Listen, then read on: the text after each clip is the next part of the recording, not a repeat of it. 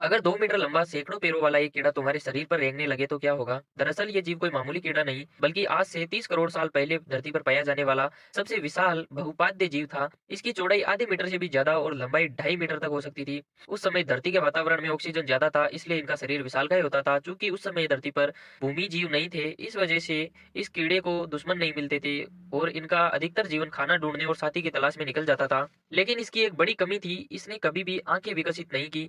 यह सिर्फ अपनी सेंसर जैसी एडेंटा संपर्क से रास्ता पहचानता था। कभी-कभी तेज चलने पर ये पेड़ों से भी टकरा जाता था। इसका पूरा संसार सिर्फ वहीं तक सीमित था जितना वो महसूस कर सके, और ये दायरा काफी छोटा था। एक नर सेंटीपीड के लिए अपनी जीवन साथी को ढूंढना बहुत कठिन था, लेकिन जब प्रजनन का मौसम आता था तो मादा विशेष गंध छोड़ती थी जो उसके पीछे रास्ते में लंबे समय तक बनी रहती थी।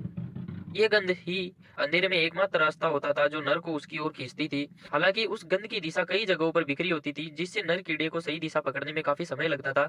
लेकिन अनुभव और बढ़ती खुशबू को संकेत देती थी कि मादा के पास है, और वह जगह यहाँ तक कि तंग टहनियों पर भी चेक करता था। कई घंटे की मेहनत के बाद वो अंततः अपने जीवन की सच्ची साथी ढूंढ निकालता। मगर असली चुनौती अब शुरू होती है। उसे अपने अनोखे अंदाज में प्रेम का इजहार करना होता है। इसके शरीर पर मौजूद खास आभारों को रगड़कर वह एक खास किस्म की प्रेम धुन बजाता था। जब मादा उसके पास रुकती और कोई विरोध नहीं करती तो वो धीरे धीरे पास जाकर उससे संपर्क करता था।